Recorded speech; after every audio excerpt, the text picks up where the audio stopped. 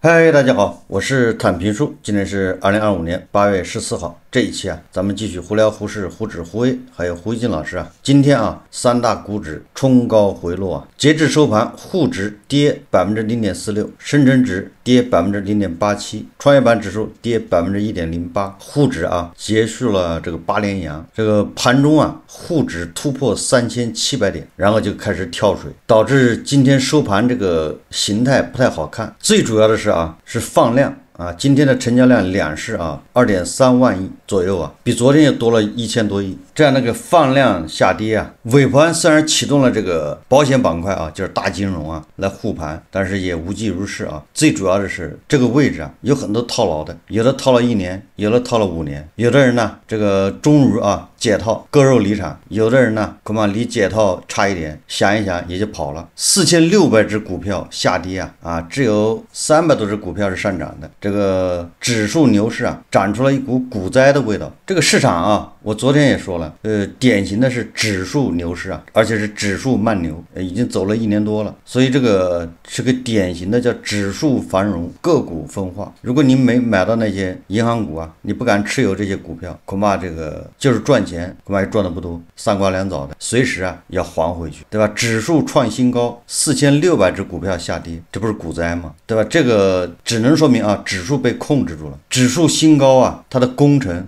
是银行、保险这些还中字头的。那是不是说这个胡适到顶了就要往下走了呢？这也不一定对吧？先看2天，因为它指数已经被控制了，主力这个位置可以说是这个随心所欲但是你的个股这就说不好了。我看了一下有400-500只股票明显的是见顶在回落，两市融资余额已经是2.03万亿，这个是近10年历史峰值也就是这轮这个指数的慢牛跟这个融资有关系，是一个杠杆牛但是担保比例跌破130%，这是个警戒线这什么意思呢？也就是说在这种紧急情况下连跌2天就极有可能引发这个强平潮叫强行平仓，这个风险还是不小的据国家外汇管理局数据2025年上半年外资净增持境内股票和基金101亿美元，扭转过去2年总体净减持态势。就是整个2025年上半年外资来持有 A 股一共是多了700多亿人民币这就是增量资金，喊了半年外资多了700亿人民币。这胡适现在一天1.5万亿的成交量，这个700亿人民币到底多还是少呢？这个还是那些机构一天到晚说外资看好这个人民币资产，外资看好 A 股，也才多了700亿对吧？国家外汇管理局的这个数字不能骗人吧？与此同时不少外资机构对于中国资产展望愈发乐观，加大对中国资产的配置正在成为共识。原东方证券首席经济学家邵宇他说上证指数曾达到6000点和5000点高位，目前处于3600点。我理解的牛市就是不断创出新高，超过6000点才是严格意义上的牛市。现在4000点还没到，是不是牛市还需要观察。真正的好公司、好股票能够带动市场整体上行，推动中国经济转型升级，让投资者获得收益，这样的话牛市自然而然就来了。邵宇说问题是真正的好公司、好股票在哪里呢？像美股那样的七枝花科技股，苹果、英伟达、特斯拉、微软，他们是美股这10年牛市的一个发动机。高盛说咱们的七枝花是拼多多，这是科技股，就问你喜不喜欢。还有百度，这简直就是高级黑中国不仅没有这个类似于美股的那个七枝花科技股，中国的股票都是些什么呢？大家看这个国际金融报报道说，证监会9问8怒，巴努被指上市前突击分红。巴努就是那个火锅店就是那个老板说一个月5000块钱就不要吃火锅了，对吧？就吃点麻辣烫就完了，对吧？又是一个教育消费者的口气6月16号，巴努国际向港交所递交招股书，中金公司招银国际成为联席保荐人。按照2024年收入计，巴努为中国火锅市场第3大品牌，占据0.4%的市场份额，上市进展颇受关注。近日证监会国际司对17家企业出具补充材料要求，其中包括巴努国际，涉及公司股权架构、数据安全、分红合理性等3大类，共9个方面。值得注意的是，巴努国际于2025年1月宣布向股东派息7000万元，截至6月9日已全额派付。若以投票权粗略计算，杜忠斌家族分红超5800万元。这些公司啊，一边上市，上市干什么呢？上市是跟这些金融消费者啊募点钱，对吧？拿股份呢去换点钱，一边呢拿这个公司的钱先分红给原来的股东啊分红。由于原来的股东那个对吧，大股东杜忠斌啊占股比较多，70%-80%的，所以这一分红基本上往大股东口袋里塞钱，就是大股东啊先把上市公司的钱掏空，上市公司的口袋不是上市公司，那个还没上市啊，待上市的先把钱掏空，完了之后跟这个资本市场的金融消费者借点钱，都这么玩。也就是说，他从上市开始琢磨着就是怎么套现，怎么把钱往自己口袋里弄。他不是说我要把这个股票搞上去，把这股价搞上去他不是这样的。如果是把股价搞上去，对吧？他就要像那个美股这些企业，美股这些企业，他企业赚了钱之后怎么办呢？上市公司啊，大量的现金，它是回购自己的股票，然后把它回购，要么注销，要么回购之后冻结。它一回购，那股份少了，股份一少，它股价就涨上去了。股价一涨，那些金融消费者跟着后面占点便宜，对吧？大家一荣俱荣，大股东吃肉，小股东啊，散户喝汤，跟着后面沾点光。但是胡适更多的是什么呢？是大股东不管不顾，对吧？把钱先捞到自己口袋，至于他股价下跌，至于那个散户赔钱，关他屁事啊！所以这个证监会啊，要求巴努国际说明分红内部决策情况以及税费缴纳，也就是你有没有欠税啊，对吧？外汇管理结合公司负债等情况，说明实施分红的合理性，以及在分红情况下本次上市融资的必要性。就是说你都有这么多钱去分，对吧？你有没有欠银行钱？欠银行钱为什么不还呢？你把这钱分红分掉了，然后既然有这么多钱分红，你为什么还上市跟金融消费者融资干啥？也就是上市的必要性。你看啊，证监会啊也逮着这个巴努国际啊、巴努火锅啊，对吧？这刨根问底啊，这很尴尬呀。昨天节目咱们也聊了一家上市公司，对吧？也是突击分红，叫什么，对吧？是一家这个美容方面的连锁店、连锁机构啊，也是要死要活要上市。中国经营报报道啊，说这个南卫股份2高管涉内幕交易被罚没4870万。近期，南卫股份发布一则公告称，公司控股股东、实际控制人李平及财务总监向勤华收到江苏证监局下发的行政处罚事先告知书。公告显示，李平涉嫌内幕交易，拟被没收违法所得1178万，并罚款3533万。向勤华则被没收10.2万，并处以150万元罚款。这份迟来10个月的处罚将时间拉回到2023年春天那个关键时期，当公司即将戴帽成为新 SD 股的消息还未公开时，2位核心高管已悄然抛售股票。也就是你看啊，他们俩是第一个得到消息的，董事长是第一个啊，财务总监稍后。按道理啊，最先得到消息的是董秘，然后董秘向董事长汇报，然后董事长恐怕要开这个核心会议啊，就是管理层会议，那财务总监就知道了啊，这个董事会也就知道了。当然有的时候啊，因为他这个新 SD 的这个原因呢，如果跟财务有关系啊，是他的年报啊，对吧？连续3年亏损或者什么的，那财务总监也就早就知道了，心知肚明啊，就主要跟他的新 SD 这个原因也有关系。但总之啊，反正他们这些人呢，都是第一批得到消息的人啊，大股东啊，实际控制人跟财务总监得到消息之后，第一反应是先卖股票啊，先跑。公告还没发呢，他就先跑了。2位核心高管悄然抛售股票。针对此次内幕交易的具体情况啊，中国经营报记者日前向南卫股份致函并致电采访，其证券部工作人员表示，需将采访函转至公司董秘后再做回复，但截至发稿未获回应。他这里面涉及好几个问题啊，一个是大股东减持啊，你大股东高管不是想买就买，想卖就卖啊，你无论就是没有这个内幕消息，你大股东啊，你高管想卖股票，你得先公告啊，而且在未来的30天内，对吧？我要卖多少股，你想卖就卖吗？这突击吗？这第一个。第二个，你这还是内幕交易呢，所以罚啊4800万不算多，毕竟没有倾家荡产呢。这轮啊指数慢牛啊，很多散户啊这个略有盈余啊。但是也有很多散户啊，居然由于种种原因啊，完美的错过了，并且还亏损了。大家看视频。在一次饭局上认识，然后他告诉我他是国信证券的员工。当时呢，我在支付宝上呢有一些理财，买的是一些 ETF 的基金，有400多万块钱。那么就是作为朋友来讲嘛，就是我在支付宝上放在支付宝上平台，跟放在他们国信证券的平台是一样的。那我就转到他们国信平台，那帮他完成一个业绩。几乎这个投资顾问。没有一句真话。首先，第一点呢，就是说他跟我说，他们这儿没有任何的费用，然后呢，说让我加入这个全明星浙丰5号，直接把我这个买的这些基金打包了。我自己发现呢是0.8%的费率，每年的这个费用大概3万多块钱的费用。叶先生说，他和那位投资顾问吴女士相识在2023年12月，一开始算是给对方一个面子，把基金转到了国信证券。之后的交流中，对方推荐了不少产品。2024年6月，告诉他需要进行调仓。我说那就调1支，但是在我不知情的情况下，给我调了3支，而且这3支的费率都非常高。那这种不需要经过您同意吗？他们领导告诉我是可以不经过我同意的，但是我说的还是那句话，你不经过我的同意调仓，你们有这个能力调仓，那么最起码我有知情权，你起码要跟我打一声招呼。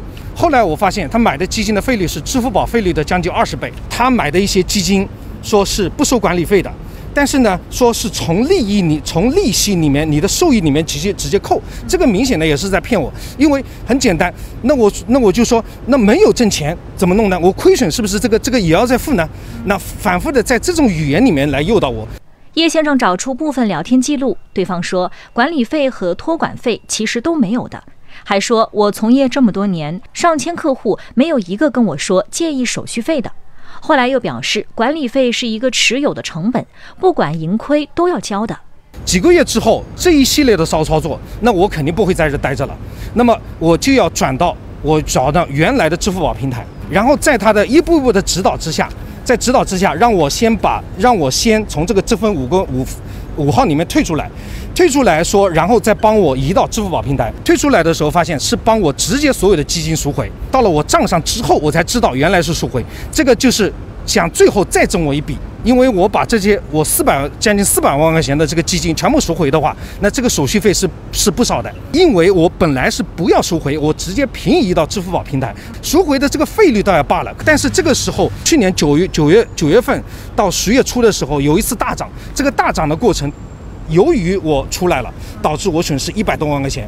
叶先生说，去年9月25号，按照对方的指导，最终页面显示解约全赎申请提交成功。9月30号，对方回复没有人解约过，你非要着急。谁知道解约就是赎回了。就在这段时间，叶先生这几只基金涨势不错。他说，因为太晚发现问题，也没有来得及补救。对方说，这波真是踏空了，赎回我也懵了。叶先生表示，投资市场有波动起伏，亏损他可以接受，但对方在几个月时间里的操作和说辞，他觉得很有问题。我觉得作为一个投资顾问，既不知道这个投顾是要收费的，也不知道这些东西怎么平移，怎么弄出来，我觉得这个不是一个合格的。而且由于他的无知也好，故意也好，造成我如此大的损失，我觉得他们应该承担这个责任。5月16号，浙江证监局出具了警示函，其中写道，吴女士在产品销售及后续服务过程中存在未勤勉尽责和误导性陈述等相关行为，决定对你采取出具警示函的行政监管措施，并记入证券期货市场诚信档案数据库。来到位于杭州萧山诺德财富中心的国信证券浙江分公司，记者表明身份之后询问那位吴女士是否在岗，工作人员没有回复。应该是没有处理，还在这上班。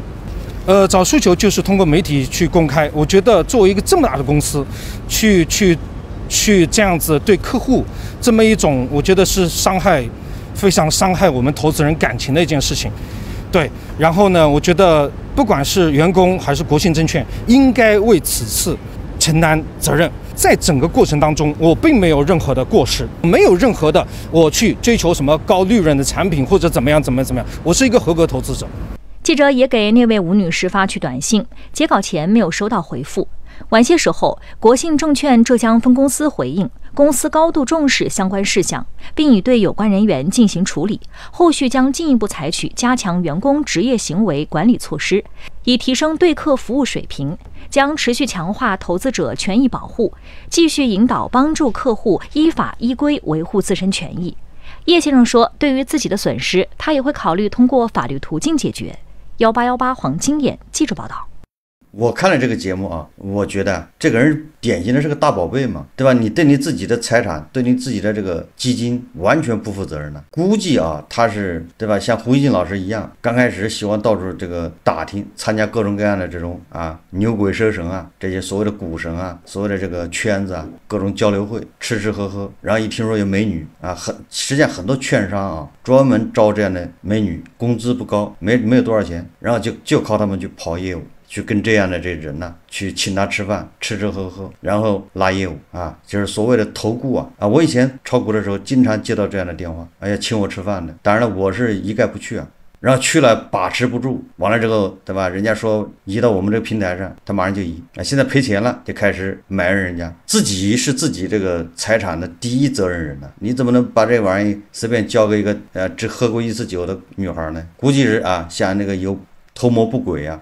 未遂，这胡金老师啊也有这样的这个想法，对吧？刚炒股的时候热衷于跑这些小圈子，结果被深套啊，人家给他2只股票，结果他2只都买了，2只一只涨一只跌，对吧？偏偏跌的那个他买的多，涨的那个只买了一点，你说这叫什么事？热衷于到处打听消息，对吧？这个股神那个股神啊，最近胡金老师啊，终于也开始谈股市了。他在有一个评论里面谈到了股市，他是这么说的啊，他说最近有一个大亮点，用了个大字啊，大亮点，它就是股市。大家知道老胡炒股了，我经历了股市最艰难的一段时期，听遍了唉声叹气的各种骂声，都觉得股市彻底烂掉了，没救了。但是股市今年居然起来了，今天在盘中突破3700点，超过了去年930的那一波创造的峰值。胡金老师说说股市缺的是什么？是信心，连股市的信心都能赢回来，经济其他领域的信心怎么可能就赢不回来了呢？需要体制内的担当作为，需要体制外的信心聚拢。我知道这些挺难的，但是股市的变化告诉我，只要解决决心大，锲而不舍，没有做不到的事情。胡金老师短短的这几句话，给我一种叫两岸猿声啼不住轻舟已过万重山的这种放松这种放纵这种被套好几年之后然后突然解套了，还赚了点钱，那种飘飘欲仙就觉得自己行了。胡金老师说，我经历了股市最艰难的一段时期。胡金老师对吧，差一点都跳楼了，然后顶着压力不停的加仓但是胡金老师他知道怎么止盈吗？就是他知道什么时候走吗？他还是永远持股呢？如果他一直这么持股下去那必然还有更大的艰难时期在等着他，还有更黑暗的时期在等着他。他以为他前2年经历的那个就是艰难时期就是黑暗时期那错了。大家一定要记住了政策底不是底，现在搞了好几个都是政策底，市场底在哪还不知道呢？一定要记住了政策底不是底。一到那个地方，然后大力去救市，对吧？各种养老基金进去，各种主力在这个国家队在里面拉，控制指数。如果你选择视而不见，你把这个当牛市，只能说明你是自欺欺人了，对吧？你就是已经是易骗体制。但是也有很多人享受这个，他觉得这就是牛市，这就够了。那你要学会止盈，对吧？你赚钱了，你什么时候走你要不走，你的钱你还得还回去，还得加倍，而且你还得付利息，对吧？来回坐电梯那都是要付钱的，主力表演给你看那都是要费用的。如果你要走的话，恭喜你你依然是烦恼不断。为什么呢？你现在卖，如果未来涨了，你又后悔了，觉得自己对吧？那么困难的时候都过来了，居然现在卖早了，卖飞了，你也开始恨自己，甚至有的时候又一头扎进去，赔得更多。如果你卖的正好，对吧？你一卖的股票就开始跌，指数也开始往下走，你沾沾自喜，觉得自己又行了。巴菲特跟你稍微差一点，天天琢磨着什么时候抄底，一抄到半山腰，一抄到半山腰，对吧？一抄一个半山腰最后股市赚你那点钱呢，如数凤凰，对吧？直到被套死为止。这就是为什么无论是熊市还是牛市，对吧？几轮牛市几轮熊市下来，你见过几个散户赚钱的？ 2.5亿散户啊，赚钱呢恐怕也只有几十万，只要这几十万不离开，你还不能说他赚钱了，他很有可能还赔回去。只要牛市来一轮牛市，一定是大家都赚过钱，对吧？如果这一次拉到5000点，你说进去的人能不赚钱吗？都会赚钱。但问题是，他从5000点下来的时候呢，没有人能跑得掉啊，就是我说的，没有人知道怎么止盈。胡金老师赚钱了啊，那他现在走还是不走呢？不走，你只要不离开这个赌场，对吧？你千万不要说经历了最难的一段时间，最难的一段时间一定在后面，前面遇到的那些都是开胃小菜啊。大家都知道熊市赔不死人，因为越是熊市你越小心翼翼，牛市才是加剧亏损，放大亏损。怎么说呢？胡金老师迎来了人生第3次一个绝佳的套现减持的窗口，但是丝毫不用怀疑胡金老师完美的错过了这3个减持的窗口。那第一次就是他炒股的第3天，他已经赚了9000块，他本来应该对吧，把它赶紧套现，拿着9000块钱去买一部相机，然后他成为股市为数不多的对吧，一入市就赚钱。第2次减持的这个套现绝佳时期就是去年的930行情，但是胡金老师沉浸在那种叫开盘即涨停、开盘即收盘的那种喜悦之中所以被忽悠了，没走得了。第3次就是现在，当然了，胡金老师还会经历第4次、第5次，对吧？绝佳的这种时间窗口，同样他也会第3次，对吧？第4次、第5次完美的错过，因为他不知道什么时候止盈。好，这期节目咱们就聊到这里，感谢大家收看。如果喜欢我的节目，欢迎订阅、转发，也可以在下方留言评论，谢谢大家。